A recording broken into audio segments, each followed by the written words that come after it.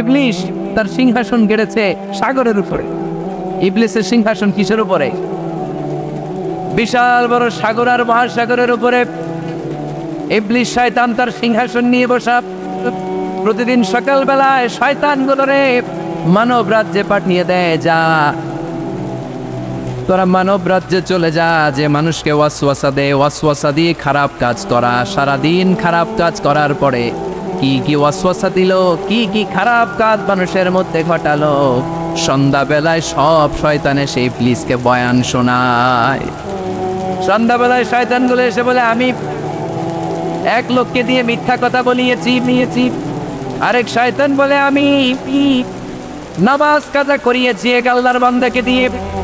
আরেকজন বলে, আমি ওজনে কম দিয়েছি। আরেকজন বলে, আমি সুদের ব্যবসার মধ্যে টাকা লাগানোর ব্যবস্থা করে দিয়েছি। এক একজন এক একটা ওয়াসওয়াসা দিয়ে আল্লাহর মুমিন বান্দাদেরকে ধোঁকা দিয়েছে।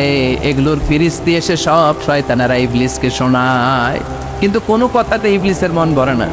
কোনো শয়তান এসে বলে, আমি তো এমন মদের আড্ডাখানায় নিয়ে গেছি আল্লাহর বান্দাদেরকে, এগুলো নামাজই পড়ে নাই, খালি মদ খেয়েছে। আবার কিছু শয়তান এসে বলে, আমি ক্যাসিনোতে নিয়ে গেছি, ওখানে খালি জুয়া খেলছে। আবার কিছু শয়তান এসে বলে, আমি বাজারের মধ্যে ফরমালিনের এই ওয়াসওয়াসা ঢুকাই দিছি। একটার পর একটা শয়তানি ফিরিস্তি তারা ইবলিসকে শোনায়, কিন্তু কোনো কাজে ইবলিসের মন ভরাতে পারে না। একজন এসে বলে, আনা মা তারাকতুহু বাইনার রাজুলি ওয়া ইমরাআতি হাত্তা ফাররাকতু, আমি একজন ইমানদার নারী পুরুষের মধ্যে ঝগড়া লাগায়া ওই ঝগড়া বাড়াতে তালাক পর্যন্ত নিয়ে গেছে। নাউজুবিল্লাহ পড়বেন না? শয়তান এবার তার উপর খুশি হয়ে যায়। সব শয়তানগুলোকে ঠেলে ইবলিস এই শয়তানকে কাঁধে তুলে নাচতে শুরু করে দেয়। কারণ মুমিন বান্দার সংসার যদি ভেঙে যায় শয়তান খুশি হয়ে যায়, আর মুমিন বান্দার সংসার টিকে থাকলে খুশি হয়ে যায় কে? এজন্য নীলফামারীর ভাইয়েরা, ঝগড়া করা যাবে না। দাম্পত্য জীবনকে সুখী করতে চাইলে ঝগড়াকে আমরা নো বলে দিব। ঝগড়া অনেক সময় হবে, কিন্তু এটাকে বাড়তে দেওয়া যাবে না, এটাকে আমরা স্পেস দিব না, ওইখানে থামায় দিতে হবে। রাজি আছেন তো সবাই? আল্লাহ রাসূল সাল্লাল্লাহু আলাইহি ওয়াসাল্লামের ফ্যামিলিতে ঝগড়া হতো। আম্মা জান আয়েশা রাদিয়াল্লাহু তাআলা আনহার সাথে আল্লাহ রাসূল সাল্লাল্লাহু আলাইহি ওয়াসাল্লামের ঝগড়া হতো, হাদিসে পাওয়া যায়। কিন্তু এগুলো ছিল মধুর ঝগড়া, সুন্দর ঝগড়া। সুবহানাল্লাহ পড়েন। আল্লাহর হাবিব বলেন, ইয়া আয়েশা ইন্নী লা আ'লামু ইযা কুনতি আন্নী রাদিয়া ওয়া ইযা কুনতি আলাইয়া গাদবা। ও আয়েশা, তুমি কখন আমার উপর রেগে থাকো সেটাও আমি বুঝি, আবার কখন খুশি থাকো সেটাও বুঝি। আম্মা যারা এসে বললেন, ইয়া রাসূলুল্লাহ, ইয়া হাবিবাল্লাহ, কেমন করে আপনি বোঝেন যে আমি আপনার উপর রেগে আছি, আবার কেমন করে আপনি বোঝেন আমি আপনার উপর সন্তুষ্ট আছি? বিশ্বনবী বললেন, আয়েশা, তুমি যখন আমার উপরে খুশি থাকো, আমার উপর যখন তুমি রাজি থাকো, তখন তুমি দোয়ার সময় এইভাবে দোয়া করো, ওয়া রাব্বি মুহাম্মদ, মুহাম্মাদের রব, আপনি আমাদের সব গুনাহগুলো মাফ করে দেন। আর যখন তুমি আমার উপর রেগে থাকো, তখন তুমি আমার নামটা মুখ দিয়ে উচ্চারণ করো না। আয়েশা, তখন তুমি দোয়ার সময় বলতে থাকো, ওয়া রাব্বি ইব্রাহিম, ইব্রাহিমের রব, আপনি আমাদের সব গুনাহগুলো মাফ করে দেন। যখন তুমি খুশি তখন আমার নামটা মুখে নাও, যখন তুমি আমার উপর রেগে থাকো তখন তুমি আমার নামটা মুখে নিতে চাও না। আম্মা জান আয়েশা বললেন, ইয়া রাসূলুল্লাহ, ইয়া হাবিবাল্লাহ, মা আহজুরু ইল্লা ইসমাক, আমি শুধু আমার মুখ থেকে আপনার নামটারে সরায় রাখি, আমার হৃদয় থেকে কোনোদিন আপনারে সরাতে পারি না। মা আহজুরু ইল্লা ইসমাক, নবী হে, আমি তো শুধু মুখ থেকে আপনার নামটারে বাদ দেই, আমার হৃদয় থেকে তো আপনারে বাদ দিতে পারি না। আমার হৃদয় পুরোটা জুড়ে শুধু আপনি আর আপনি। চিল্লায় পড়েন আল্লাহু আকবার। তার মানে আম্মা জান আয়েশাও আল্লাহ রাসূল সাল্লাল্লাহু আলাইহি ওয়াসাল্লামের উপর রেগে থাকতেন মাঝে মাঝে। বিশ্বনবী মাঝে মাঝে রাগ করতেন। একবার খুব বেশি রাগারাগি হয়ে গেল, অনেক ঝগড়া হয়ে গেল। এবার আল্লাহ রাসূল সাল্লাল্লাহু আলাইহি ওয়াসাল্লাম খেয়াল করলেন না, এত ঝগড়া তো করা ঠিক হবে না। তখন আল্লাহর হাবিব সাল্লাল্লাহু আলাইহি ওয়াসাল্লাম বললেন, আয়েশা, চলো মিটমাট করি। কি করি? হ্যাঁ, মিউচুয়াল করি না, মিটমাট। এই যে ঝগড়া লাগলে আবার যে মিলায় দেয়, এটা কি বলেন আপনারা নীলফামারীতে? মিটমাট। আল্লাহ হাবিব সাল্লাল্লাহু আলাইহি ওয়াসাল্লাম বলেন, আয়েশা, চলো আমরা মিটমাট করি, আমরা আর ঝগড়া না করি। আমাদের আয়েশা বললেন, ঠিক আছে, চলেন মিটমাট করি। বিশ্বনবী বলেন, ঠিক আছে, একজনকে নিয়ে আসি যে দুজনের মাঝে মিটমাট করাই দিবে। কারে নিয়ে আন? ওমরে ফারুককে নিয়ে আসি। আমাদের আয়েশা বলে, না, ওমরু গলিদ, ওমরের মেজাজ গরম, আমার ভয় লাগে। সুবহানাল্লাহ পড়বেন না? বিশ্বনবী বললেন তাহলে তোমার আব্বারে নিয়ে আসি, কই নিয়ে আসেন, আব্বারে খুব ভালো লাগে। বিশ্বনবী বললেন ঠিক আছে তোমার কথাই রইল, ওমরকে ডাকবো না, তোমার আব্বা আবু বকরকে নিয়ে আসবো। বিশ্বনবী মিটমাট করার জন্য সাইয়েদনা আবু বকর রাদিয়াল্লাহু তাআলা আনহুকে ডেকে নিয়ে আসলেন। সাইয়েদনা আবু বকর রাদিয়াল্লাহু তাআলা আনহু ঘরে ঢুকলেন। বিশ্বনবী বললেন আয়েশা, আমার আর তোমার মাঝে কি নিয়ে ঝগড়া হয়েছে, কথাটা কি তুমি বলবা নাকি আমি বলবো? আম্মা জান আয়েশা বলেন আপনিই বলেন, তুমি মিথ্যা বললেন না, যা ঘটছে ওইটাই বললেন। ওলা তাকুলিল্লাহ হাক্কান, যেটা সত্য এটাই বলবে, অন্য কিছু বলবেন না। আবু বকর রাদিয়াল্লাহু তাআলা আনহু তো শুনে রেগে মেগে আগুন, কি এত বড় সাহস, বিশ্বনবীর সামনে দাঁড়িয়ে তুমি এভাবে কথা বলো, এই আদব শিক্ষা দিয়েছি তোমাকে আমি। রেগে গেলেন। বিশ্বনবী কি সত্য ছাড়া মিথ্যা কিছু বলবেন? রেগে মেগে চিৎকার করে মেয়ের গালের মধ্যে দিলেন এক চপেটাঘাত, এক থাপ্পড় খেয়ে আম্মা জান আয়েশা উল্টায় পড়লেন। আবার মারার জন্য সাইয়েদনা আবু বকর রাগে গড়গড় করছিলেন, মেয়েরে আবার মারার জন্য উদ্যত হলেন। বিশ্বনবী অবস্থা ভয়ঙ্কর দেখে সাইয়েদনা আবু বকরের সামনে দুই হাত মেলে এইভাবে দাঁড়িয়ে গেলেন। বিশ্বনবীকে যখন আবু বকর রাদিয়াল্লাহু তাআলা আনহু দাঁড়াতে দেখলেন, সাইয়েদনা আবু বকর মুহূর্তের মধ্যে থেমে গেলেন। সুবহানাল্লাহ পড়েন। সাইয়েদনা আবু বকর রাদিয়াল্লাহু তাআলা আনহু ঘর থেকে বের হয়ে গেলেন। এবার বিশ্বনবী আম্মা জান আয়েশার কাছে যেয়ে বলেন, ও আয়েশা দেখো আমি তোমার মাইট থেকে বাঁচাইলাম, আমি না থাকলে তোমার বাবা তোমার আসে শেষ করে ফেলতো, ঠিক কি না?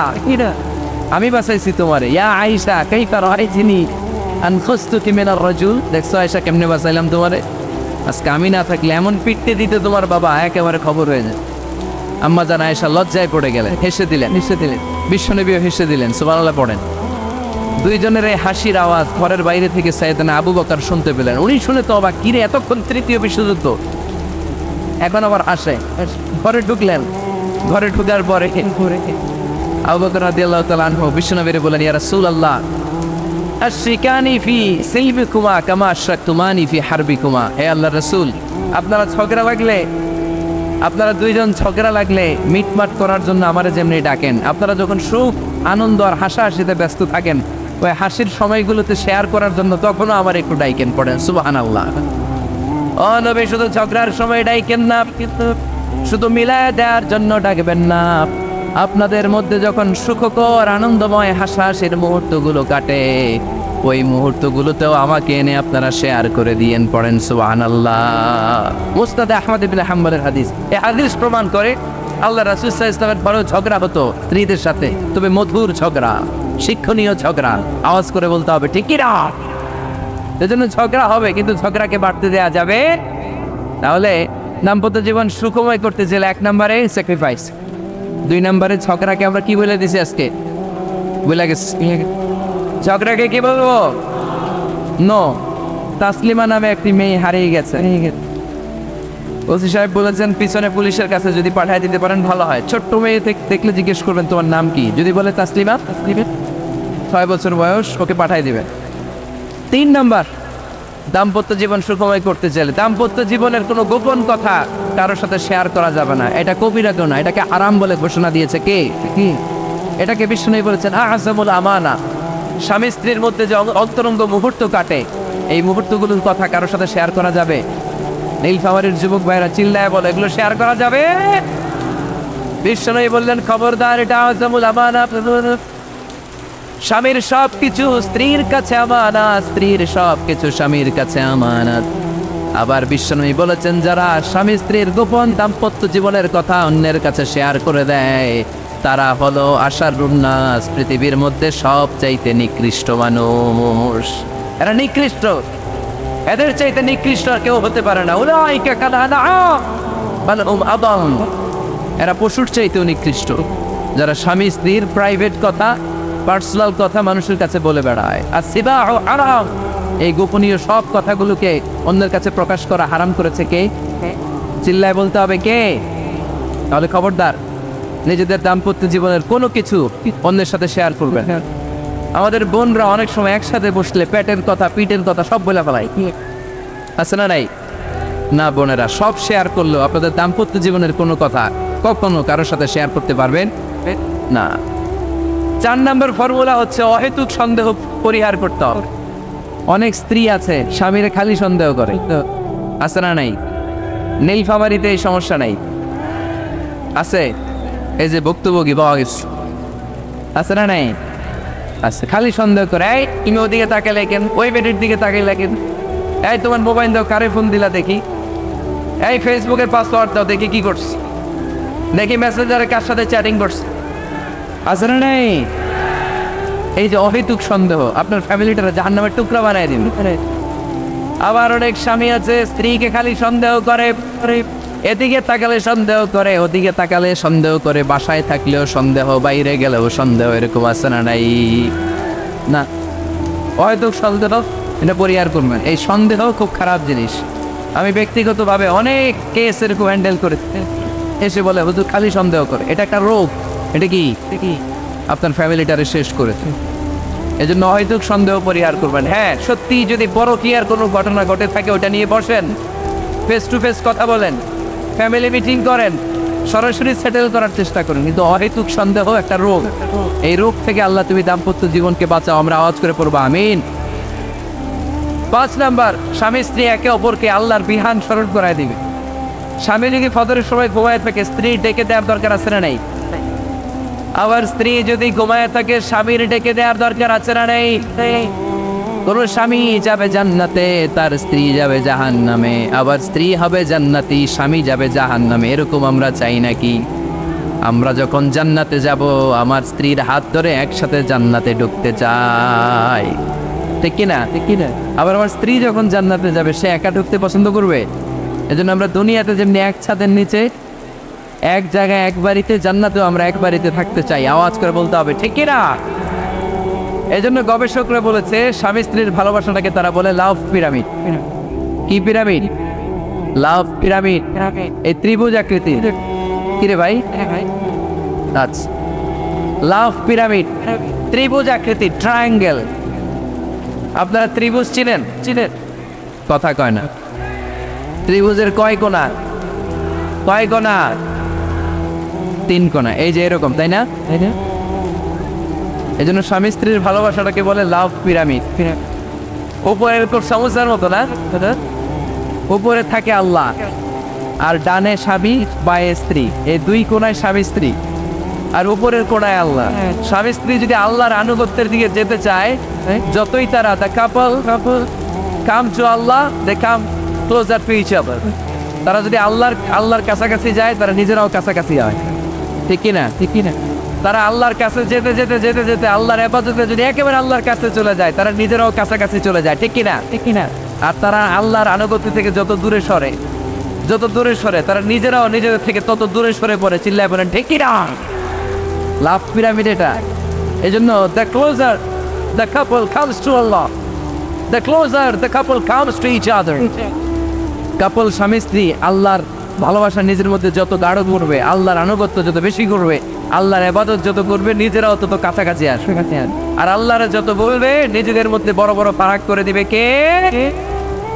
তাহলে এই 5টা বিষয় স্বামী স্ত্রীর উভয়ের উপর বর্তায়। এগুলো মেনে চললে দাম্পত্য জীবনকে সুখময় করে দিবে কে? আল্লাহ। এবার আমরা শুনবো আমাদের বোনদেরকে, যে ডান দিকে আমি শুনলাম আমাদের বোনদের বিশাল প্যান্ডেল, আছে না নাই? আচ্ছা, আজকে বোনদের দিয়ে শুরু করি। স্ত্রীদেরকে আল্লাহ কি দায়িত্ব দিয়েছে একটা ফ্যামিলিকে সুন্দর করতে, একটা দাম্পত্য জীবনকে সুন্দর করতে? স্ত্রীর 1 নম্বর দায়িত্ব হচ্ছে she should make a comfort to her husband। স্ত্রীর উচিত স্বামীর জন্য ঘরটাকে প্রশান্তির নীড় বানিয়ে রাখা। কি বানিয়ে রাখা? প্রশান্তির নীড়। স্ত্রী হওয়া উচিত এমন, যাকে দেখলে স্বামীর চোখ জুড়ায়, স্বামীর প্রাণ জুড়িয়ে যায়, স্বামীর হৃদয়টা ঠান্ডা হয়ে যায়, ঠিক কিনা? আর স্ত্রীর দিকে তাকালে যদি মেজাজ গরম হয়ে যায়, মেজাজ খিটখিটে হয়ে যায়, ঝামেলা আছে না নাই?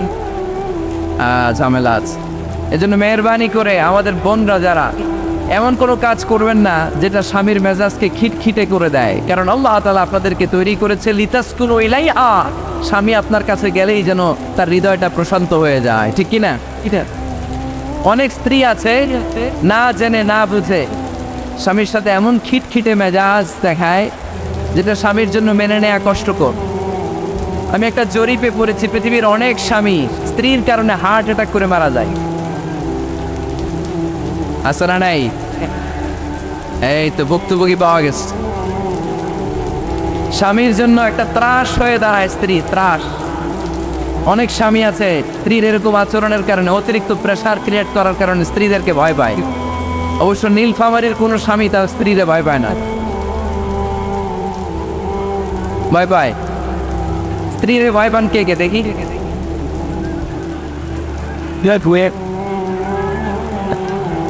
ভয় পান আপনারা? ভয় পান? হ্যাঁ,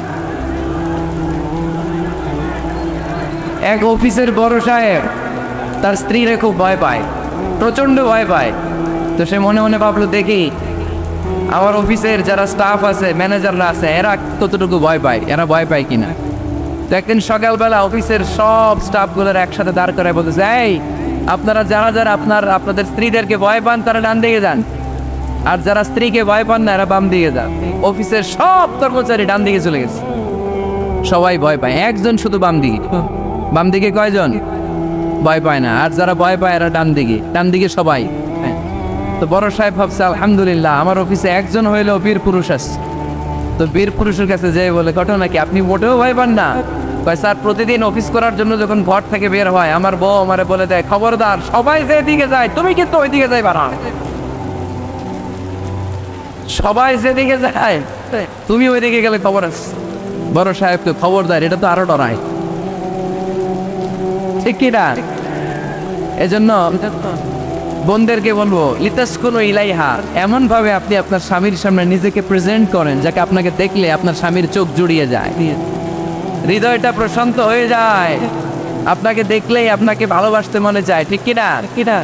এজন্য রব্বুল আলামিন বলেন, আমি নারীদেরকে তৈরি করেছি লিতাসকুনু ইলাইহা, যেন পুরুষেরা স্ত্রীদের সংস্পর্শ যখন পায় পুরুষদের হৃদয়টারে প্রশান্ত করে দেয় কে? রব্বুল আলামিন বলেছেন, খাদিজার জন্য জান্নাতে আমি এমন একটা ঘর বানিয়েছি যেই ঘরের মধ্যে কোনো বিশৃঙ্খলা নাই। খাদিজার জন্য জান্নাতে এমন একটা প্রাসাদ আমি বানিয়েছি যেই প্রাসাদের মধ্যে কোনো আওয়াজ নাই, কোনো কোলাহল নাই। কুরাইশদের মাঝে যখন দাওয়াত দিতেন সব বিশৃঙ্খলা ঝামেলা গোলমাল শেষ করে রাতের বেলায় যখন খাদিজার ঘরে বিশ্বনবী ঢুকতেন, বিশ্বনবীর হৃদয়টারে প্রশান্ত করে দিত কে? আম্মাজান খাদিজা বিশ্বনবী সাল্লাল্লাহু আলাইহি ওয়াসাল্লামের জন্য এমন ঘর উপহার দিয়েছেন যেই ঘরে বিশ্বনবী আসলে বিশ্বনবীর হৃদয়টা ঠান্ডা হয়ে যেত। সুবহানাল্লাহ পড়েন। অনেক স্ত্রী আছে স্বামী ঘরে ঢুকলেই ঘরে আটা নাই, রুটি নাই, চাল নাই, ডাল নাই, এটা লাগবে ওইটা লাগবে, ওখানে যেতে হবে, একটার পর একটা ফিরিস্তি বলে বেড়ায়, আছে না নাই? না, এটা করবেন না। আপনার কি লাগবে এই সব দায় দায়িত্ব আল্লাহ তাআলা স্বামীকে দিয়েছে, স্বামীকে জানাবেন। তবে ধীরে সুস্থে, ধীরে সুস্থে স্বামীর জন্য ঘরটাকে এমন করে রাখতে হবে যেন ঘরে ঢুকলেই স্বামীর হৃদয়টারে প্রশান্ত করে দেয় কে? এজন্য স্ত্রীর প্রথম দায়িত্ব ঘরটারে প্রশান্তির নীড় বানানো। এখানে কি আবার কি এখানে মারামারি দুই দল নাকি?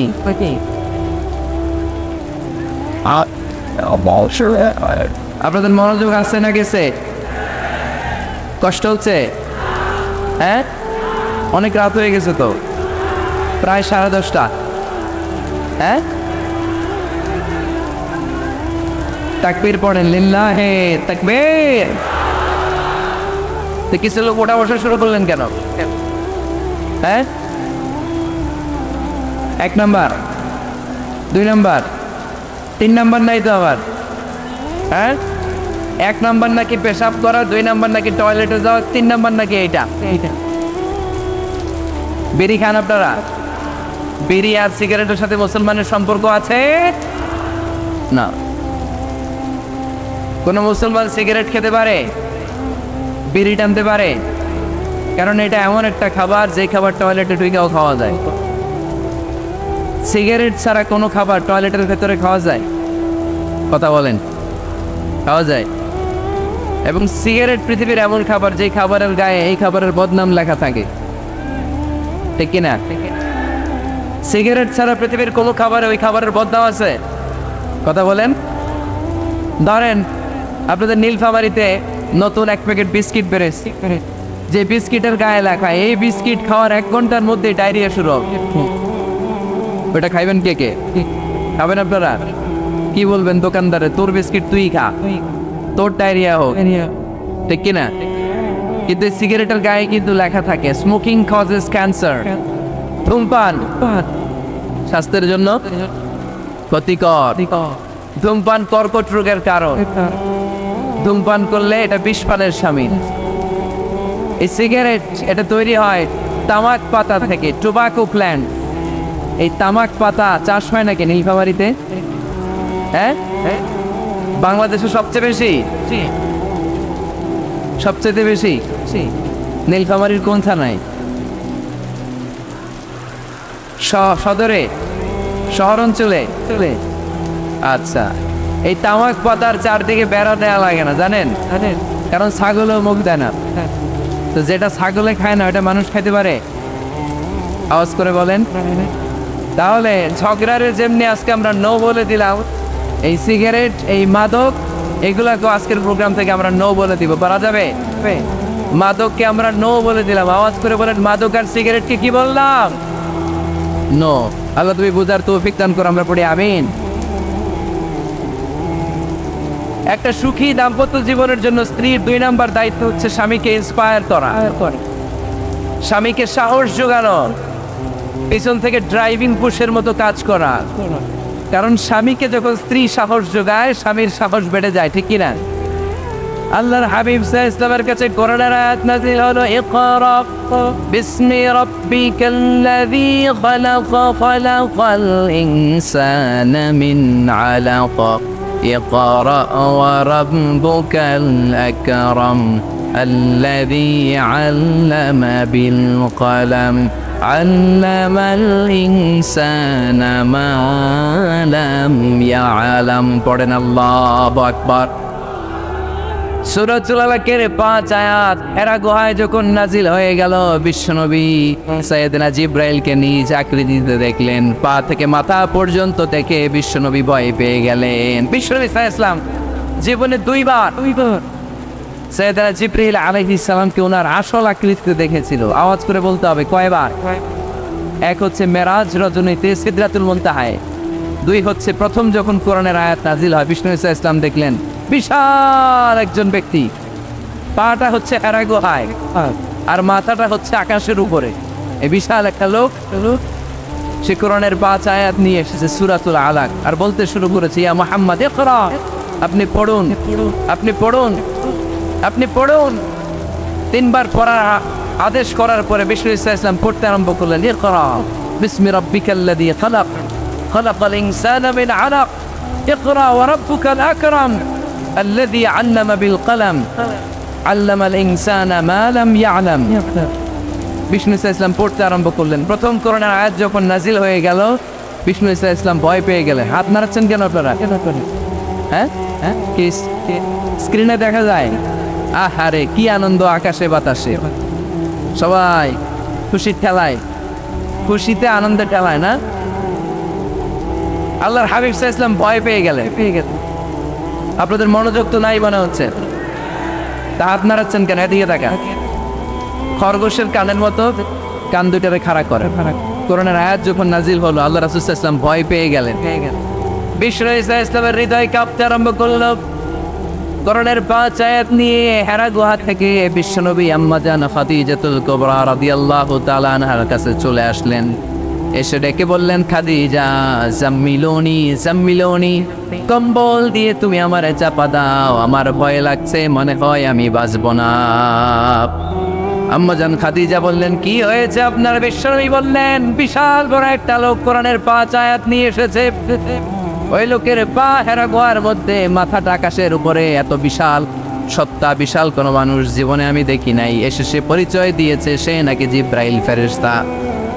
বিশ্বনবী বললেন, মনে হয় আমি বাঁচব না, আমার জ্বর চলে এসেছে, আমার হৃদয়ের মধ্যে কাঁপুনি শুরু হয়েছে, তুমি আমারে কম্বল দিয়ে চাপা দাও। আম্মা জান খাদিজা বললেন, ও নবী ভয় পাবেন না, আমার আল্লাহ কোনোদিন আপনারে অপমান করবেন না। সুবহানাল্লাহ পড়েন। ওয়াল্লাহি ওয়াল্লাহি লা ইউখজিকাল্লাহু আবাদা। নবী গো, আল্লাহ আপনার অপমান করবেন না, কারণ আপনার মধ্যে এমন এমন ভালো ভালো গুণ আছে, এই গুণাবলীগুলি যে মানুষের মধ্যে থাকে তাকে আমার রব কোনোদিন অপমান করতে পারে না। চিল্লায় বলেন ঠিক কি না? নবী হে, ইন্নাকা লা তাসিলুর রাহিমা, আপনি আত্মীয়তার সম্পর্ক বজায় রাখেন। ও নবী তাসদুকুল হাদিসা, সব সময় আপনি সত্য কথা বলেন। ওয়া তাহমিলুল কাল্লা, আপনি মানুষের বোঝা টেনে দেন। ওয়া তাকসিবুল মা'দুমা, যার উপার্জন করার কেউ নাই, নিজে গায়ে খেটে আপনি তারে উপার্জন করে দেন। ওয়া তুআইনু আলা নাওয়াইবিল হক, সত্য যেখানে বিপন্ন সেখানে আপনি সাহসী সৈনিকের মতো দাঁড়িয়ে যান। সুবহানাল্লাহ। রব্বুল আলামিন বলেন, উন্না লিবাসুল লাকুম ওয়া আনতুম লিবাসুল লাহুন। ও নারীরা, তোমরা তোমাদের স্বামীদের পোশাক, আর তোমাদের স্বামীরা হলো তোমাদের পোশাক। পোশাক যেমনি লজ্জাস্থানকে ঢেকে রাখে, ঈমান ইজ্জতের হেফাজত করে, আব্রু ঢেকে রাখে, তেমনি স্বামী তার স্ত্রীর চরিত্রের হেফাজত করে, স্ত্রী তার স্বামীর চরিত্রের হেফাজত করে। পোশাক যেমনি সুন্দর, স্ত্রীর চোখে স্বামী সুন্দর, স্বামীর চোখে স্ত্রী সুন্দর। পোশাক যেমনি মানুষকে আরাম দেয়, প্রশান্ত করে দেয়, স্বামী আর স্ত্রী একে অপরের সংস্পর্শ পেলে তাদের হৃদয়টাও প্রশান্ত হয়ে যায়, ঠিক কিনা? এজন্য আল্লাহ তাআলা পোশাকের সাথে তুলনা করেছেন। পোশাক একে অপরের পোশাক, পোশাক চামড়ার সাথে লেগে থাকে না, আলাদা থাকে, কি থাকে। তার মানে স্বামী স্ত্রীর সম্পর্কটা এরকম মিলেমিশে ভালোবেসে একাকার, ঠিক কিনা? আর নিসাউ শাকাইকুর রিজাল, নারীরা পুরুষদের কাউন্টার পার্ট। নারী হচ্ছে পুরুষের সহযোগী। এই পৃথিবীর এই সভ্যতা, এই সিভিলাইজেশন, এই উন্নয়ন, এই ডেভেলপমেন্ট, এটা শুধু পুরুষরা করে নাই। এই উন্নয়নের অংশীদারিত্বে আমাদের বোনদের, নারীদেরও হাত আছে না নাই? এজন্য কাজী নজরুল বলেছেন, এ বিশ্বে যা কিছু সুন্দর চিরকল্যাণকর, অর্ধেক তার করিয়াছে নারী, অর্ধেক তার নর। চিল্লায় বলেন ঠিক কিনা? এজন্য এই মহাবিশ্বের এই সভ্যতায় আপনাদের যেমনি অবদান, আমাদের বোনদের অবদান আছে না নাই? আছে। স্বামী স্ত্রী এই দুজন মিলে এই বিশ্ব সভ্যতা তৈরি হয়েছে। এজন্য দুজনের মধ্যে সম্পর্ক হবে পোশাকের মতো। পোশাক যেমনি দেহের সাথে লেগে থাকে, স্বামী স্ত্রীর মধ্যে এরকম সুসম্পর্কের দরকার আছে না নাই? আচ্ছা, আজকে আমরা জানার চেষ্টা করব কি করে স্বামী আর স্ত্রীর মধ্যে এই সুসম্পর্ক বাড়ানো যায়, ইনক্রিজ করা যায়। কি করে আমাদের মধ্যে মারামারি, কাটাকাটি, ঝগড়া, ডিভোর্স এই রেটটা কমানো যায়, এ ব্যাপারে আমাদের জানার দরকার আছে না নাই? ইসলামী শরিয়া স্বামী স্ত্রী প্রত্যেককে ইন্ডিভিজুয়ালি আলাদা আলাদা কিছু দায়িত্ব দিয়েছে। স্বামীকে কিছু দায়িত্ব দিয়েছে, আবার স্ত্রীকে কিছু দায়িত্ব দিয়েছে, আবার উভয়কে কিছু দায়িত্ব দিয়েছে। আমরা শুরুতে স্বামী স্ত্রীর উভয়কে আল্লাহ তাআলা কি দায়িত্ব দিয়েছে এটা জানবো। তারপরে স্ত্রীদেরকে আল্লাহ তাআলা কি দায়িত্ব দিয়েছেন সেটা জানবো। সবশেষে স্বামীদেরকে আল্লাহ তাআলা কি দায়িত্ব দিয়েছে সেটা জানবো। এই দায়িত্বগুলো পালন করার মধ্য দিয়ে দাম্পত্য জীবনকে সুখময় করে দিবে কে? আল্লাহ। শুরুতে আমরা জানবো দ্য কালেকটিভ রেসপন্সিবিলিটি, যৌথ দায় দায়িত্ব কি আছে স্বামী আর স্ত্রীর, কেমন করে দাম্পত্য জীবনকে সুখময় শান্তিময় করতে হয়। একটা দাম্পত্য জীবন কলহমুক্ত করতে চাইলে, সুখময় করতে চাইলে সর্বপ্রথম স্বামী স্ত্রীর যেটা খেয়াল রাখতে হবে সেটা হচ্ছে স্বামী স্ত্রীর উভয়ের স্যাক্রিফাইসের মানসিকতা থাকা লাগবে। স্যাক্রিফাইস, আওয়াজ করে আমার সাথে সাথে বলেন স্যাক্রিফাইস।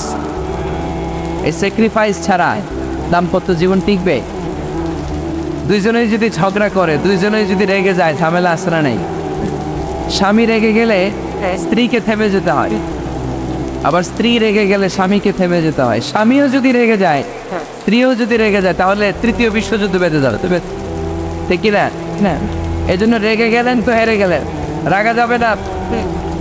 স্বামী যদি রেগে যায় স্ত্রী থেমে যেতে হবে, স্ত্রী যদি রেগে যায় স্বামী থেমে যেতে হবে। এটাই দাম্পত্য জীবনের সুখ আর সমৃদ্ধির মূল ফর্মুলা। স্যাক্রিফাইস করতে হবে। এর কারণ আপনি যদি দোষ খুঁজতে শুরু করেন, দোষ ছাড়া পৃথিবীতে মানুষ নাই, ঠিক কিনা? No one is perfect in this world. এই পৃথিবীতে কেউই পারফেক্ট না। আপনি যে আপনার স্ত্রীর দোষ খোঁজেন, আপনারও দোষ আছে না নাই? আবার ভাবি যদি আপনার খালি দোষ খোঁজে, ভাবিরও দোষ আছে না নাই? না, এজন্য দোষ খুঁজবেন না, স্যাক্রিফাইস করেন, একটু মানিয়ে নিন। দাম্পত্য জীবনটা এরকমই, একটু ছাড় দিতে হয়, একটু মানিয়ে নিতে হয়। দাম্পত্য জীবনে কখনো মন খারাপ, কখনো মন ভালো, কখনো রোদ, কখনো বৃষ্টি, এই নিয়েই দাম্পত্য জীবন, ঠিক কিনা? তাহলে দাম্পত্য জীবনে যদি আমরা সুখ পেতে চাই, সকল নবদম্পতিকে বলবো একটু ছাড় দেওয়ার মানসিকতা বিল্ড আপ করেন, একটু মানিয়ে নেন, একটু ছাড় দেন, একটু মিলেমিশে চলেন। এক স্যাক্রিফাইস আমাদের জীবনটারে, আমাদের দাম্পত্য জীবনটাকে একটা জান্নাতি দাম্পত্য জীবন বানায় দিবে, ঠিক কিনা? দাম্পত্য জীবনকে সুখী করার 2 নাম্বার ফর্মুলা হচ্ছে ঝগড়া করা যাবে না। আপনারা ঝগড়া করেন নাকি? হ্যাঁ, বউয়ের সাথে ঝগড়া করেন না এরকম বিবাহিত পুরুষ কে কে আছেন দেখি এখানে? হাত তুলছে অনেকে, বিশ্বাস হয় আপনাদের? হ্যাঁ, অনেক ঝগড়া। হ্যাঁ, আচ্ছা, মেয়েরা বেশি করে? না না, এই মহিলা প্যান্ডেল আছে এদিকে, এদেরকে জিজ্ঞেস করলে বলবে সব দোষ আপনাদের, আর আপনারা দোষ দিচ্ছেন এদের। তো ঝগড়া করবেন না মেহরবানি করে, সম্মানিত ভাইরা, ঝগড়া করবেন না।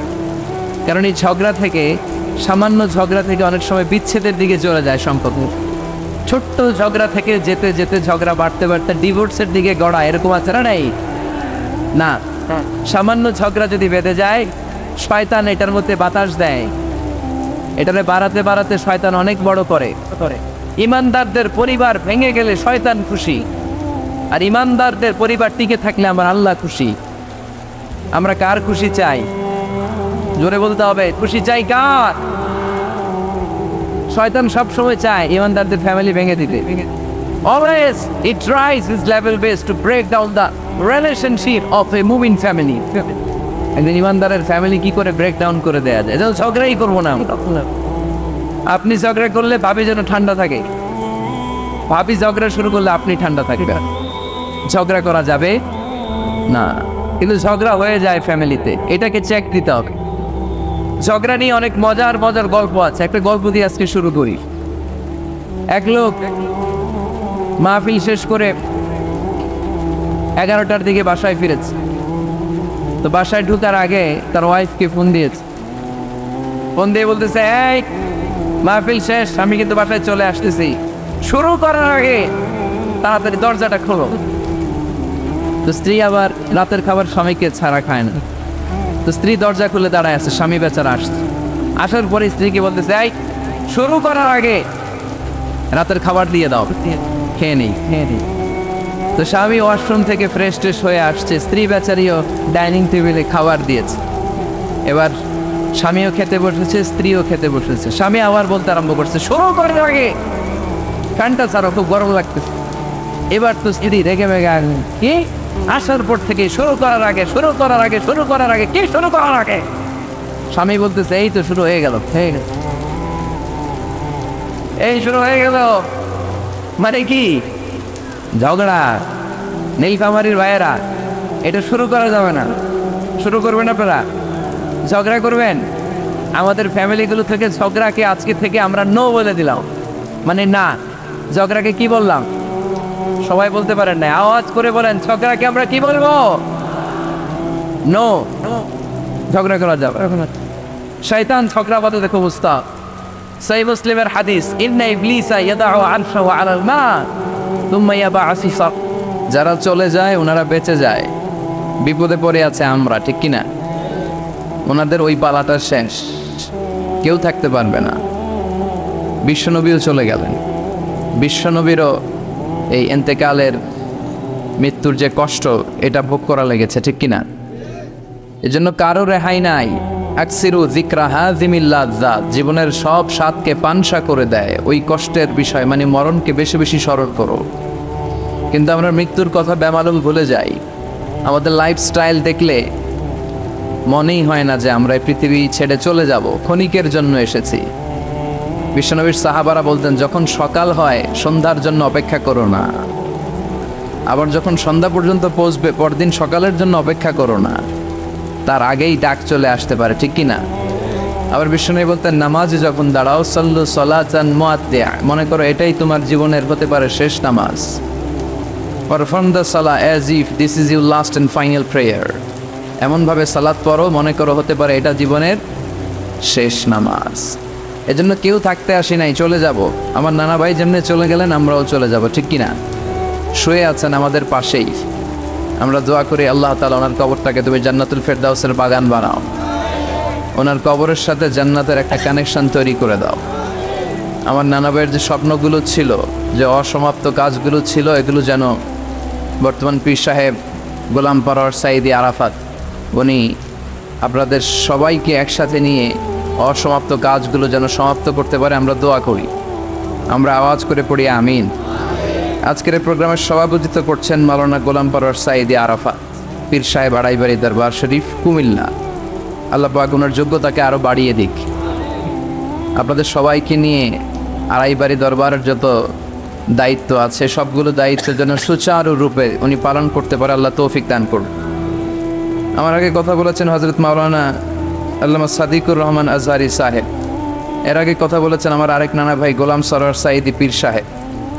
দরবারের অনেক বড় বড় ওলামায়ে কেরাম আজকে কথা রেখেছে, যারাই কথা রেখেছে নিশ্চয়ই কোরআন থেকে কথা বলেছে। সবগুলো কথা যেন আমরা আমল করতে পারি, আল্লাহ তুমি তৌফিক দাও। এই মাহফিলগুলোর অ্যারেঞ্জমেন্ট করা হয় যাতে আমাদের জীবনের পরিবর্তন আসে। আমরা আসলে ভুলে গেছি যে আমরা চলে যাব, মাটির কবরে কিন্তু আমাদের সবাইকে যেতে হবে, ঠিক কিনা? একদিন মাটির ভেতরে হবে ঘরে মন আমার, কেন বন্ধ দালান ঘর, প্রাণ পাখি উড়ে যাবে পিঞ্জর ছেড়ে, ধরা ধামে সবই রবে তুমি যাবে চলে, বন্ধু বান্ধব যত মাতা পিতা দ্বারা সুত সবই হবে তোমার পরে মন আমার, কেন বন্ধ দালান ঘর, একদিন মাটির ভেতরে হবে ঘরে মন আমার, কেন বন্ধ দালান ঘর, ঠিক কিনা? চলে যেতে হবে। এজন্য এটা যেন আমাদের মাথায় থাকে যে আমরা থাকতে আসি নাই, আমাদের আখিরাতটা যেন সুন্দর হয়, সবসময় এই চিন্তা রাখতে হবে।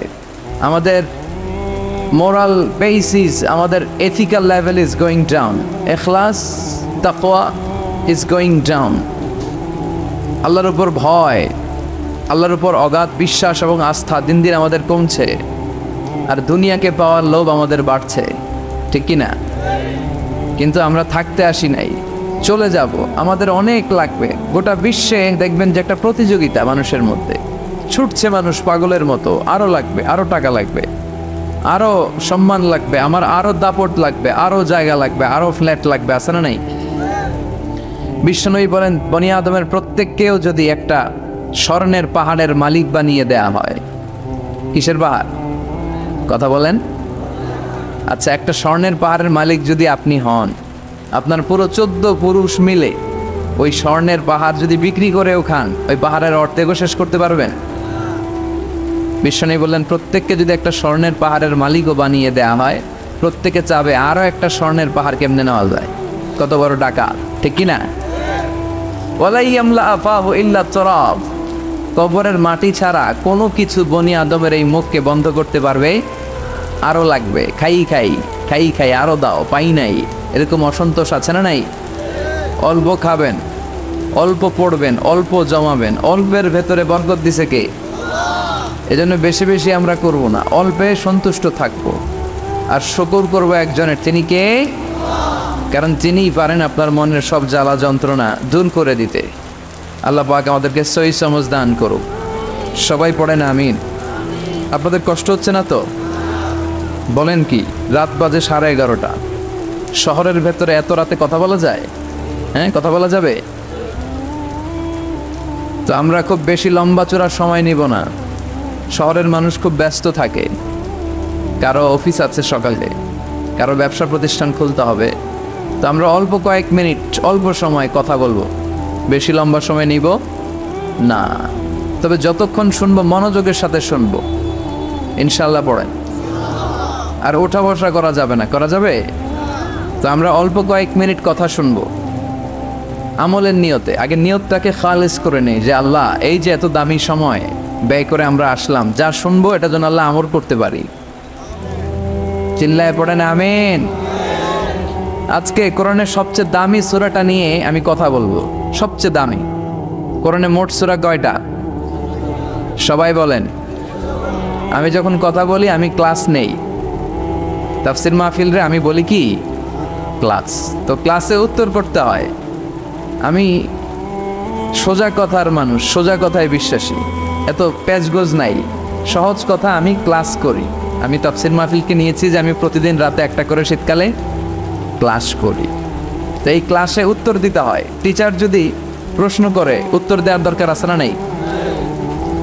আর টিচার প্রশ্ন করে, টিচার শিখায়, ছাত্র অমনোযোগী, ফেল করার সম্ভাবনা আছে না নেই? তো আমরা যেন পাস করতে পারি, ঠিক কি না? যতক্ষণ কথা বলবো প্রশ্ন করলে আওয়াজ করে উত্তর দিতে হবে, বাঘের বাচ্চার মতো, ঠিক কি না? আজকে কোরআনের সবচেয়ে দামি সূরাটা নিয়ে আমি কয়েক মিনিট কথা বলবো, ইনশাআল্লাহ। পড়ে এবার বলেন কোরআনের সবচেয়ে দামি সূরা কি? হ্যাঁ, আর ইখলাস, আর ইয়াসিন, আর রহমান, আর বাকারা। বাকারা মানে কি? গাবি মানে কি? গরু। গাবি মানে নাকি গরু? তো গাভীর নামে আল্লাহ কোরআন একটা সূরা দিলেন। গাভীর দুধ খাবেন বেশি বেশি। বিষ্ণু বলতেন আলাইকুম বি আলবানিল বাকার, তোমরা গরুর দুধ খেও। ফাইন্নাহা তুরাম্মু মিনাল আশজার, কেননা গরুর দুধ এটা ঘাস পাতার নির্যাস। গরু কি খায়? ঘাস খায়। আবার বিষ্ণু বলতেন গরুর গোশত খায়ও কম, দুধ খায়ও বেশি, কেননা ফাইন্না ফি লাবানিহা শিফা, গরুর দুধে আছে শিফা, ও ফি লাহমিহা দা, আর গোশতে আছে রোগ। এখন অনেক ডাক্তারের সিরিয়াল দিতে গেলে ডাক্তার বলে লাল গোশত যারা খায় এরা যেন আমার সিরিয়াল না নেয়, কারণ আমি যতই ওষুধ দিব কোনো কাজ করবে না। Red meat is strictly prohibited for my patient, আমার রোগীর জন্য লাল মাংস খাওয়া নিষিদ্ধ। গরুর গোশতের ভেতরে আছে রোগ, কোলেস্টেরল বেশি। খেয়াল রাখবেন, যেই প্রাণীর পা বেশি ওই প্রাণীর গোশতের ভেতরে কোলেস্টেরল বেশি। মাছের পা আছে? কথা বলেন। মাছে কোনো কোলেস্টেরল নাই, সুবহানাল্লাহ পড়ে। মুরগির পা কয়টা? দুইটা, তার মানে কিছু আছে, তাই না? গরুর পা কয়টা? তার মানে কোলেস্টেরলের পরিমাণ বেশি না কম? এবার বলেন চিংড়ি মাছের পা কয়টা? কয় হুজুর হিসাব নাই। তাহলে কোলেস্টেরলেরও হিসাব নাই। এগুলো কম কম খেতে হবে, ঠিক কি না? তো এজন্য দুধ খেতে হবে বেশি। জান্নাতে যারা যাবে আল্লাহ তাআলা জান্নাতীদের জন্য 4টা শারাবান তাহুরা রাখবেন। ওয়াসাকাহুম রাব্বুহুম শারাবান মাসালুল জান্নাতিল্লাতী ওয়াইদাল মুত্তাকুনা ফিহা আনহারুম মিন মাইন গায়রি আসিন ওয়া আনহারুম মিন লাবানিন লাম ইয়াতাগায়্যার তা'মুহু وأنهار من خمر لذة للشاربين وأنهار من عسل مصفى سبحان الله। জান্নাতে যারা ঢুকবে জান্নাতীদের গলায় যেন কোনো তৃষ্ণা না লাগে, এজন্য আল্লাহ তাআলা জান্নাতের ভেতরে 4 ধরনের শারাবান তাহুরার ঝর্ণা রাখবেন। কয় ধরনের? 1 নাম্বার হচ্ছে মিনারেল ওয়াটারের ঝর্ণা। মিনারেল ওয়াটার খান আপনারা? কোনটা খান? মাম খান, কেউ ফ্রেশ খায়। আর অ্যাকুয়াভিনা, আর কি খান? স্পা।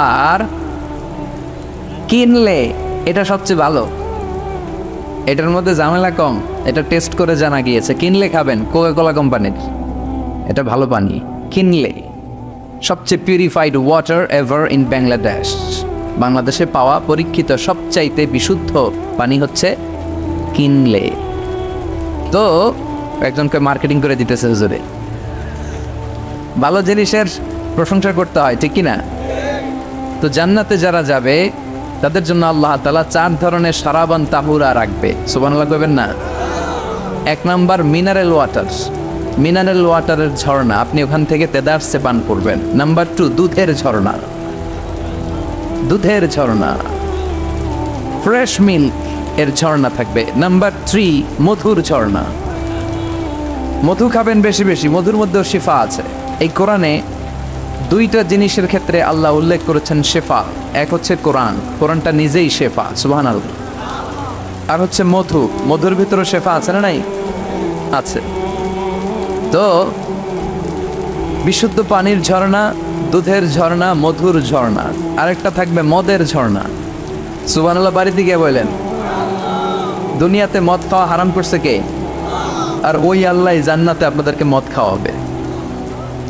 বোতলের মদও আছে, এটার নাম রাহিকুম মাখতুম, সিল্ড ওয়াইন। মিজাজুহা কাফুরা, কর্পূরের ফ্লেভার থাকবে। মিজাজুহু মিন তাসনিম, তাসনিমের ফ্লেভার থাকবে। মিজাজুহা জঞ্জাবিলা, জিঞ্জার ফ্লেভার, আদার ফ্লেভার থাকবে। সুবহানাল্লাহ পড়ে। কিন্তু ওই মদ খেলে মুখে দুর্গন্ধ হবে না, মাথায় মাতলামি আসবে না। আল্লাহু আকবার। কারণ ওই মদটা জান্নাতের যে সুন্দর সুন্দর সুঘ্রাণওয়ালা গাছ আছে, ফুল আছে, ওই ফুলের নির্যাস থেকে আল্লাহ বানাবেন। সুবহানাল্লাহ পড়ে। সেজন্য এই 4 ধরনের সুপেয় পানি আল্লাহ তাআলা জান্নাতীদের জন্য রাখবেন। এর চেয়ে দামি একটা পানি রাখবেন, ওইটার নাম হচ্ছে আল কাউসার। কি নাম? পড়েন, ইন্না আ'তাইনাকাল কাউসার ফাসাল্লি লিরাব্বিকা ওয়ানহার ইন্না শানিআকা হুয়াল আবতার। সুবহানাল্লাহ। কাউসারের একটা ঝর্ণা থাকবে। এই কাউসারের পানি আহলা মিনাল আসাল, হাউজে কাউসারের পানি মধুর চেয়েও মিষ্টি। আবিয়াদু মিনাল লাবান, দুধের চেয়েও সাদা। আবরাদু মিনাস সালজ, বরফের চেয়েও ঠান্ডা। এক ঢোক যে খাবে চিরকালের জন্য তৃষ্ণা মিটে যাবে। এই সবগুলো যেন আল্লাহ আমরা পান করতে পারি। আরো জোরে পড়েন আমিন। জান্নাত এমন জায়গা, যে জায়গায় শুধু শান্তি আর শান্তি। জান্নাতে অশান্তি আছে? মারামারি, কাটাকাটি, কিলাকিলি, হরতাল, টেনশন, ব্যারাম আছে কি? আরাম। জান্নাতে আছে কি? নাই কি? ব্যারাম। আরামের জায়গা, কোনো টেনশন নাই। জান্নাতের ভিতরে রোদ নাই, বৃষ্টি নাই। ভূমিকম্প আছে? দুনিয়াতে ভূমিকম্পের টেনশন হয় না। বন্যা আছে জান্নাতে, পুলিশের দৌড়ানি, র্যাবের দৌড়ানি আছে। বাড়ি ভাড়ার টেনশন, বিদ্যুৎ বিল, গ্যাসের বিল, গমে ধরে না আমাদের, ঠিক কি না? জান্নাতে কোনো টেনশন না। জান্নাত হচ্ছে আরামের জায়গা। আপনারা যারা যাবেন জান্নাতে 60 হাত লম্বা হয়ে ঢুকবেন। আহলুল জান্নাতে জুরদা ওয়া মুরদা, জান্নাতীরা হবে পশমবিহীন। এই যে দুনিয়াতে দাড়ি রাখা ওয়াজিব বা সুন্নাতে মুআক্কাদা, কিন্তু জান্নাতীদের গালে কোনো দাড়ি থাকবে না, মোজ থাকবে না, গায়ে পশম থাকবে না। আবনাউ সালাসিন ওয়া সালাসিন, সব জান্নাতি পুরুষরা হবে 33 বছরের তাগড়া যুবক। আল্লাহ, এখানে যেমনি আমরা একত্রিত হলাম, তোমার জান্নাতেও যেন আমরা একত্রিত হতে পারি, তুমি তৌফিক দাও। আর জোরে পড়েন আমিন। এতগুলো কথা কোত্থেকে এসেছে জানেন? জিজ্ঞেস করেছিলাম সবচেয়ে দামি সূরা কোনটা? একজন বলছে বাকারা। বাকারা মানে গাভী, গাভী থেকে দুধ, দুধ থেকে জান্নাত। সুবহানাল্লাহ পড়ে। কোরআনের কথা শেষ হতে চায় না, ইন্টার রিলেটেড, তাই না? একটার সাথে আরেকটা মিলে থাকে। খেয়াল রাখবেন, আল্লাহর কথা রাসূলের কথায় কোনো ফাঁক ফোকর নাই, আছে? এজন্য এই দুইজনের কথাই আমরা মানব। বিদায় হজের ভাষণে বিশ্বনবী বলেছিলেন, লাকাদ তারাকতু ফীকুম আমরাইন লান তাদিল্লু মা তামাসসাকতুম বিহিমা কিতাবাল্লাহ ওয়া সুন্নাত রাসূলি। আমি তো চলে যাব, রেখে যাব দুটো জিনিস, যদি দুটো জিনিসকে মেনে চলো কখনো বিভ্রান্ত হবে না। একটা হচ্ছে আল্লাহর কিতাব, আর একটা হচ্ছে বিশ্বনবীর সুন্নাত। এই দুইটা আমরা আঁকড়ে ধরবো। রাজি আছেন তো? পৃথিবী যেদিকে যাক, আমি থাকবো দুইটা নিয়ে, ইনশাআল্লাহ। পড়েন, কোরআনের সবচেয়ে দামি সূরা কোনটা বলেন? ফাতিহা। কিছু বলতেছে ফাতিহা, পিছনের ভাইরা কি বলবেন? হ্যাঁ, ইয়াসিন। আর আচ্ছা, এবার বলেন, আমি সহজ করে দিই, বলেন কোন সূরা না পড়লে নামাজ হয় না? এবার ক্লু পাইছি, এবার ক্লু পেয়েছে। এই সূরা ছাড়া নামাজ হয় না। আমি যদি পড়াই হবে না, এই মসজিদের ইমাম সাহেব পড়াইলে হবে না, কিন্তু বাইতুল মুকাররমের খতিব পড়াইলে আবার হবে। হবে না? শাইখ আব্দুর রহমান সুদাইস পড়ালে তো হবেই। খাইছে কত বড় মুফতি দেখছেন, ফতোয়া দিয়ে দিচ্ছে জি না, আসলেই হবে না। কারণ এটা এমন সূরা, এই সূরা না পড়লে নামাজ হয় না। বিশ্বনবী বুখারীর বর্ণনায় বলেছেন, আ'যামুস সুওয়ার ফিল কোরআন, কোরআনের সবচেয়ে দামি সূরা। এটা আমার বানানো কথা না, সবচেয়ে দামি সূরা। এই সূরার মতো সূরা কোরআনে তো নাই, তাওরাতের ভিতরেও নাই। ইনজিলের ভেতরেও নাই, জাবুরের ভেতরেও নাই। 60টা মাত্র আয়াত। কয়টা? কার কার মুখস্থ নাই হাত তোলেন। সূরা ফাতিহা মুখস্থ নাই কার কার হাত তোলেন। হিন্দু ভাই নাই কেউ? আমাদের অনেক মাহফিলে হিন্দুরা আসে, হিন্দুদেরও মুখস্থ। সুবহানাল্লাহ কইবেন না?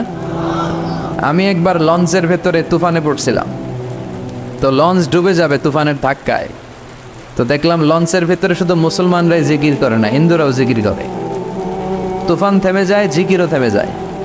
কত বড় ডাকাত! তুফান শুরু, জিকিরও। সবার মুখে এক চিৎকার, বাঁচাও। আমি বললাম কে বাঁচাবে? হুজুর আমনে। ভাবছে আমি দোয়া কালাম পড়লে বেঁচে যাবে, তো আমি বললাম আমি যে বাঁচাবো, আমারে বাঁচাবে কি? মনে রাখবেন, কেউ বাঁচাতে পারে না, একজন ছাড়া। চিৎকার করে বলতে হবে তিনি কে। কোরআনের সবচেয়ে দামি সূরার নাম সবাই বলেন। এই সূরাতুল ফাতিহার মাত্র 7টা আয়াত। কয়টা আয়াত? এই 7টা আয়াত নিয়ে কয়েক মিনিট একটু আল্লাহর রাস্তায় কুরবানি করা যাবে না? কান দুইটা খরগোশের মতো খাড়া করে, খরগোশ কান খাড়া করে শোনে, এজন্য খুব পিন ড্রপ সাইলেন্ট, পিন পতন নীরবতাও খরগোশ কান দিয়ে শুনতে পায়। এই সূরাটা হচ্ছে আউয়ালু সূরা নাযালা কামিলান মিনাল কোরআন, কোরআনের সর্বপ্রথম নাজিল হওয়া পূর্ণাঙ্গ সূরা। এই সূরার আগে কোন সূরা পূর্ণাঙ্গ একসাথে নাজিল হয় নাই। কোন সূরার 5 আয়াত, 10 আয়াত, 20 আয়াত। আপনারা যে এখন সুন্দর কোরআন দেখতেছেন, বিশ্বনবীর সময় কি এই কোরআন ছিল? না। 23 বছরের লম্বা জিন্দিগিতে বিশ্বনবীর কাছে এই কোরআন নাজিল হয়েছে। পরবর্তীতে এটার কম্পাইলেশন করা হয়েছে, scripture, holy scripture, the Quran, whereof there is no doubt, no suspicion in it, and a guidance to those who are muttaqin. এটা এমন বই যেটাতে আল্লাহ কোনো ভুল রাখে নাই, মুত্তাকিনদের জন্য এটা পথ নির্দেশিকা হিসেবে আল্লাহ পাঠিয়েছে। পড়েন সুবহানাল্লাহ। তো সূরাতুল ফাতিহার আগে অনেক সূরা নাজিল হয়েছে, কিন্তু একটু একটু করে, পুরোটা একসাথে না। এই সূরাটা পুরোটা একসাথে সর্বপ্রথম নাজিল হয়েছে। এজন্য এই সূরাটারে আবার বলে ফাতিহাতুল কিতাব, মানে preface of the book, introductory সূরা। কোরআনটা খুললেই সর্বপ্রথম আপনার নজরে যে সূরাটা পড়বে, সূরাটার নাম সবাই বলেন সূরাতুল ফাতিহা। আবার বিশ্বনবী এটাকে বলেছেন কোরআনের মা। কি বলেছেন? চমৎকার একটা ইনফরমেশন না? মনে রাখতে হবে। তাহলে কোরআনের মায়ের নাম কি মনে থাকবে? বলেন তো, সকল পৃথিবীর সব শহরের জনপদের মায়ের নাম কি? মাক্কাতুল মুকাররমা। তেমনি কোরআন আল কারীমের মায়ের নাম হচ্ছে সূরাতু আল ফাতিহা। এরপরে বিশ্বনবী বলেছেন এই সূরাটা হচ্ছে সূরাতুল ওয়াফিয়া, অখণ্ড সূরা। এই সূরাকে খণ্ড খণ্ড করে পড়া যায় না। কেউ প্রথম রাকাতে সূরাতুল ফাতিহার অর্ধেক, দ্বিতীয় রাকাতে বাকি অর্ধেক যে পড়ছে হয়েছে। কিন্তু কেউ প্রথম রাকাতে সূরা আর রহমানের 10 আয়াত, পরের রাকাতে বাকি 10 আয়াত। কোনো সমস্যা আছে? সমস্যা নাই। তার মানে এই সূরার নাম সূরাতুল ওয়াফিয়া, অখণ্ড সূরা। মানে এই সূরাকে খণ্ড খণ্ড করে পড়া যায় না, পড়লে পুরোটাই পড়তে হয়। সুবহানাল্লাহ পড়েন। আবার এই সূরার আরেকটা নাম হচ্ছে সূরাতুদ দোয়া, দোয়ার সূরা। কিসের সূরা? কেমন করে আল্লাহর কাছে প্রার্থনা করতে হয়, দোয়া করতে হয়, ফরিয়াদ করতে হয়, সে কথা এই সূরার ভেতরে আছে না নাই? কারণ এই সূরাতে আমরা প্রতিদিন একটা দোয়া করি, ইহদিনাস সিরাতাল, মানে কি? আল্লাহ আমাকে সরল সঠিক পথ দেখাও। আমাদেরকে পথ দেখায় কে? চিল্লায় বলেন। আমি যদি কোনো দিন পথে ভুলে যাই, হাত ছানি দিয়ে কাছে নিও, মমতার বন্ধনে আমায় বেঁধে সব ভুল ক্ষমা করে দিও। আমি যদি কোনো দিন পথে ভুলে যাই, হাত ছানি দিয়ে কাছে নিও, মমতার বন্ধনে আমায় বেঁধে সব ভুল ক্ষমা করে দিও। পড়ে না আমি। আমরা যদি পথ ভুলে যাই, আমাদের পথ দেখায় কে? এজন্য এই সূরাটার নাম সূরাতুদ দোয়া, প্রার্থনার সূরা। কেমন করে আল্লাহর কাছে প্রার্থনা করতে হয় এই সূরার ভেতরে আছে না নাই? এরপরে এই সূরার নাম হচ্ছে সূরাতুস সালাহ, নামাজের সূরা। কিসের সূরা? সব সূরা ছাড়া নামাজ হয়, সূরাতুল ফাতিহা ছাড়া নামাজ হয়? বিশ্বনবী বললেন লা সালাতা লিমান লাম ইয়াকরা বিফাতিহাতিল কিতাব। যে সূরা ফাতিহা তার নামাজে পড়ে না, তার নামাজ আল্লাহর দরবারে কবুল হয় না। এরপরে বিষ্ণু বলেছেন এই সূরার নাম সূরাতুশ শিফা। সূরাতুশ শিফা, শেফার সূরা, আরোগ্য লাভ করার সূরা। অসুস্থ ব্যক্তির গায়ে এ সূরা পড়ে ফু দিলে সুস্থ করবে কে? বিশ্বাস হয়? বিশ্বাস হইতে হবে, ঈমান থাকতে হবে। ঈমান যদি পাক্কা হয় তাইলে কাজ করবে, তা না হইলে কাজ করবে না। অনেকে বলে হুজুর আমি তো কত সূরা ফাতিহা পড়ে ফু দিলাম, কই আমার পেটে ব্যথা তো ভালো হয় না। যেটা কইছে তুই একটা ডাকাত, ঠিক কি না? ওর ঈমান নাই, ওর ঈমানে ঝামেলা। ফু দেওয়ার মধ্যে বেশ কম আছে না নাই? কিছু লোক আছে সারাদিন ফু দিলে মোমবাতি নিবে না, আর কিছু লোক আছে ফু দিলে পানিতে আগুন ধরে যায়।